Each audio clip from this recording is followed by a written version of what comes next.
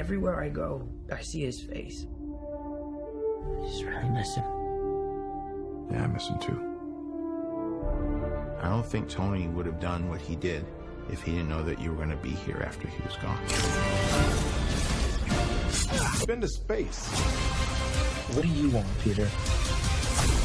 I want to go back on my trip with the girl who I really like and tell her how I feel. MJ, I am Spider-Man.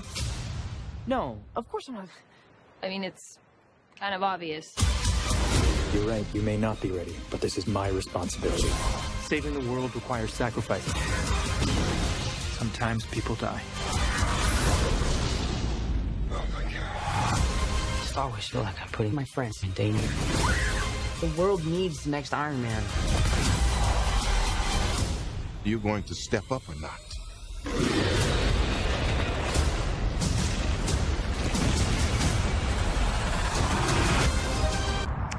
Aloha! This is Trinidad the Island Man, your Island Man, coming to you live once again from beautiful Oahu here in Hawaii, bringing you, yes you, the best movie reviews on the entire island of Oahu. And yes, this is Trinidad the Island Man, your Island Man, and I am back here in Hawaii, done with my vacation, back from Colorado, back from Chicago, and I have seen, for the 4th of July holiday long weekend, Spider-Man Homecoming. And, well, remember our rating scale, shock a thumbs up, it's good to see, I recommend it. Shock a thumbs down, it's junk, I don't recommend it. And, well, you know, for Spider-Man Homecoming, basically, essentially Spider-Man 2 of the Sony, Marvel, Disney kind of mix for Spider-Man, it is a shock a thumbs up. Now, of course, you know, this brings back pretty much everyone from the very first Spider-Man Homecoming movie.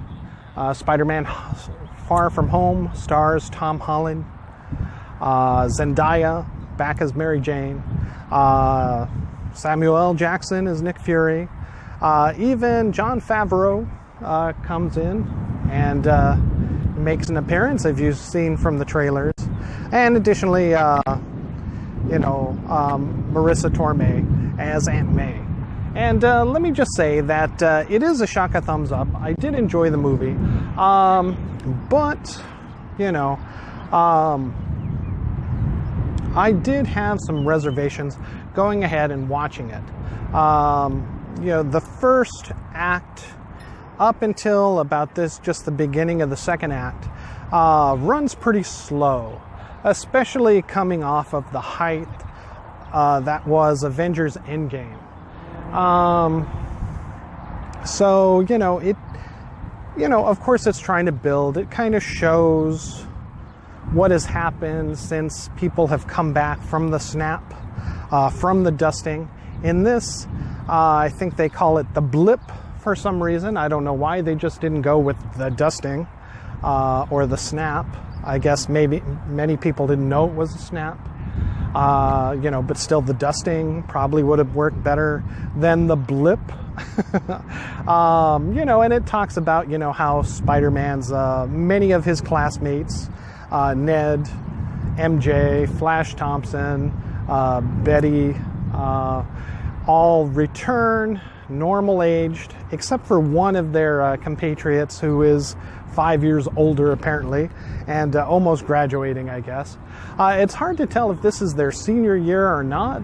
It does have the feel that maybe the next Spider-Man movie will be him, Spider-Man, Peter Parker, as an adult, trying to grapple with what happens to him at the end of this movie. I won't spoil it for you, but as you've seen in the trailers, the major villain in this, well, the villain in this is Mysterio, which is also what had kind of dissuaded me and didn't, you know, I wasn't on board with the movie for the whole first act, essentially. Because, as you know from the previews, from the trailers, we see Mysterio being a good guy, helping people against these, this water monster, this water creature.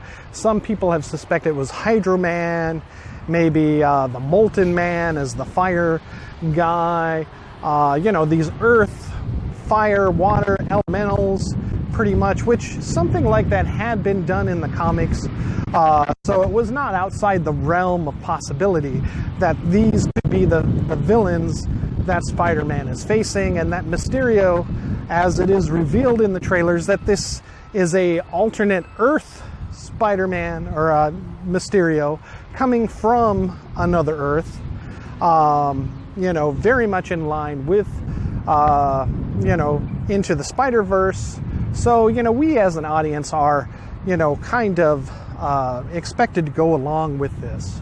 However, deep in many of the strong Spider-Man fans' guts, including my own, it just didn't jive right. And we were just, it's like, we weren't buying this at all. At least I wasn't buying this at all for the entire first act. And I wanted it to, it's like, come on, get to it. I know what's going to happen. Mysterio is a bad guy in the comics. I know what his tricks are all about. So maybe this, as being a hardcore fan, this is where, you get the adverse effects of that. Usually being a hardcore fan is a great thing. Having that knowledge is wonderful. However, it did unfortunately take away from the surprise and the twist, although Sony does it very, very good. The reveal that, spoilers, this will be the only spoiler, he does turn out to be a bad guy. Mysterio turns out to be a bad guy, attempting to pass himself off as a good guy and get into the good graces of Spider-Man, of Nick Fury, etc. What's left of S.H.I.E.L.D., perhaps. And thus, Spider-Man ultimately has to fight a man who had befriended him, who he had befriended, and kind of actually, has a touching moment and grows close to as he is attempting to heal from losing his mentor in this version of the movie, in this universe, in these Spider-Man films, that being Tony Stark, who, having, spoilers, died in Avengers Endgame. Spider-Man, Peter Parker, once again loses his father, loses, an uncle, someone he was very close to, a mentor, and is thus having to come to grips with his emotions, with the fact that he doesn't really want to grow up and step up to the level of Avengers, level, because that means he has to deal with these concepts head on of losing people that he cares about. And knowing that maybe he had the chance to stop them if he could have done something different, something better. Who knows, if he had been able to pull that glove off of Thanos' hands in in Infinity War, right at the get-go, Tony Stark would still be alive. People wouldn't have been dusted or blipped, as they say in this movie, and everything would have been right in the universe from the get-go.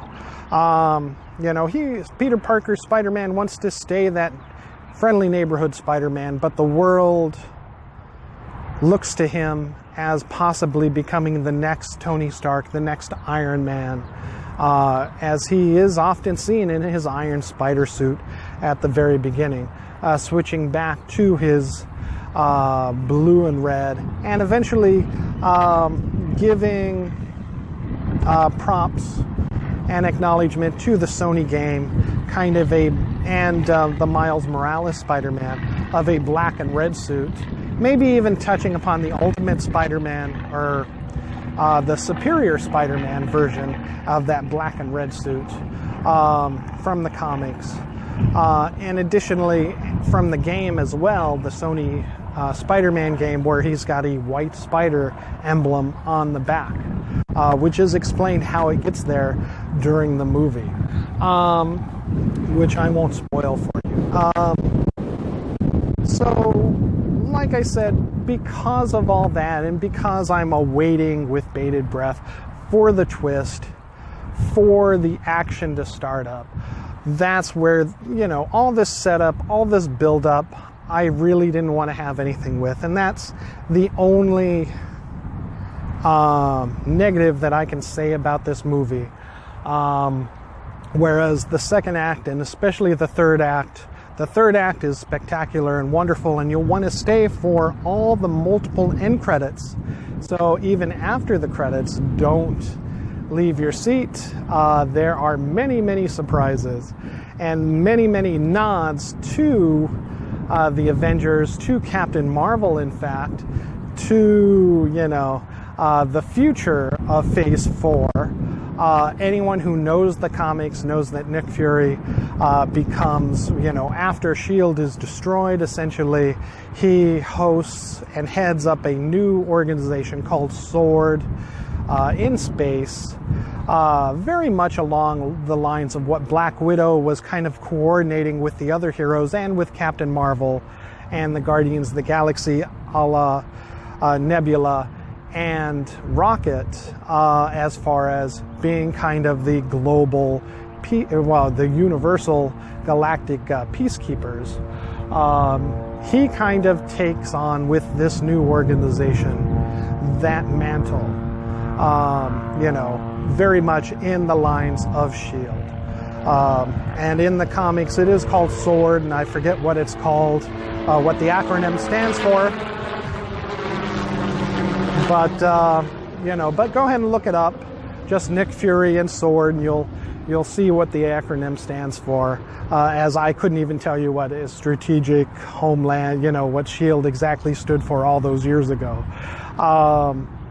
But that's likely what he's pressing towards, and you may actually even possibly see some nod to that in the future in the next Guardians of the Galaxy Part 3 movie, as the universe is still recovering and repairing itself from the return of all these people after 5 years and the damage that Thanos had done during those years. From the original snap. And again, like I say, the first act is pretty much Spider-Man, Peter Parker, coming to grips with returning to the world after being dusted, after being, blipped, and trying to find his place in this new world without his mentor. And finally, realizing that he has to, as Nick Fury says, grow up and face it himself head on. As it doesn't get said, but you feel once again all the impacts of that famous Spider-Man saying, with great power comes great responsibility. And not only his superpowers, but also some items that Tony Stark leaves to Peter Parker comes into play, because he felt that he had that responsibility, because he knew how to deal with this great power. And I'm not sure if he's going to become the next Iron Man. In the comics, it kind of a little bit dabbled with that. Most likely, Tom Hardy's character will embrace some side of that, some small part of that.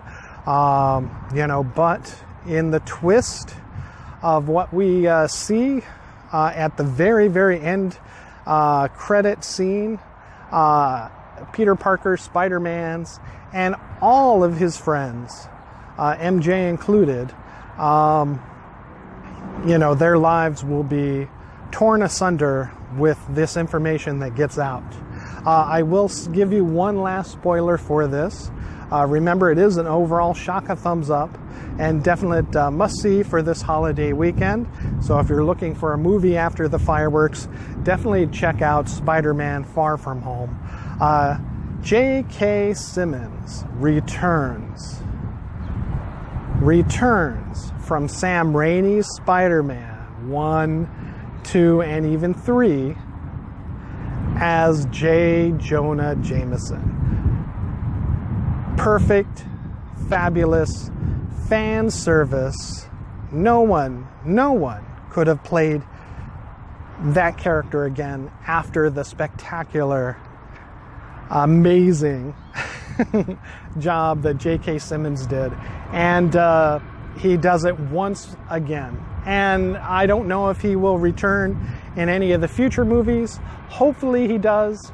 But he is solidified in this movie, in this Spider-Man universe of Sony and Marvel, as being J. Jonah Jameson once again. All right, thank you so much. This is Trinidad the Island Man, your Island Man, giving Spider-Man Homecoming a shaka thumbs up. Definite must see. They do really good justice to the villain slash anti-hero Mysterio. You know, although, you know, they do change his origins, you know, from being the lonely stuntman, prop kind of coordinator into something a little greater, a little bit more technically enhanced. But, you know, these are the times, you know, and he has to move ahead with the times, and he does so. And, you know, and it makes sense. Again, still tying it to the very first Spider-Man Homecoming, as far as, you know, who motivates Jake Gyllenhaal's character to become the bad guy that he is today. All right. Thank you so much. Trinidad the Island Man, your Island Man, saying have a happy 4th of July weekend, and aloha.